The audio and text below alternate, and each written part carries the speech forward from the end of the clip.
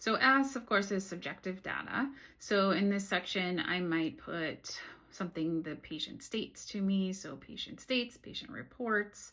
I might also put what the parent states, what parent and I discussed. This is obviously relevant to the treatment, to the patient's condition, goals. I write, who was present during the session. Sometimes even if like little brother was there or little sister, I might even add that into the subjective part.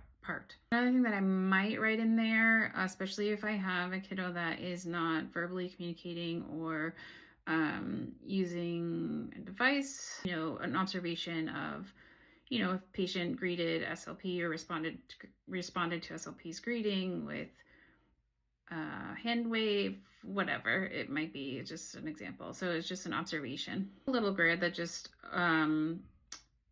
talks about, you can check off motivation and attention to tasks. Then we come to the O, objective. So objective is objective data as it relates to the goals that we are working on. Could be, patient did such and such with a certain amount of cueing, whatever that might be, in 50% of trials or with 50% accuracy.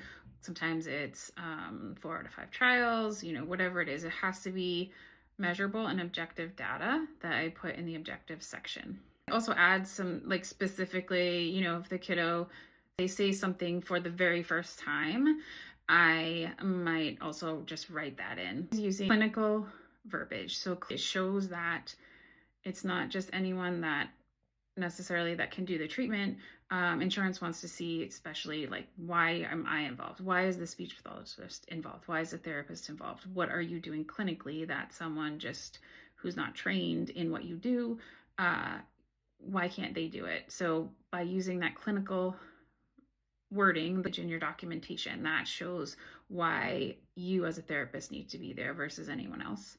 Case for assessment, and you can talk about why I usually put if they're making progress on their goals, why continued treatment is needed, which also again shows why a speech pathologist needs to come and continue treatment. That just tells the insurance company for sure why your sessions are medically necessary and that they require a trained or licensed clinician. And then plan, you just write your plan. So I specifically write continue with such and such number of sessions per week, per month, whatever.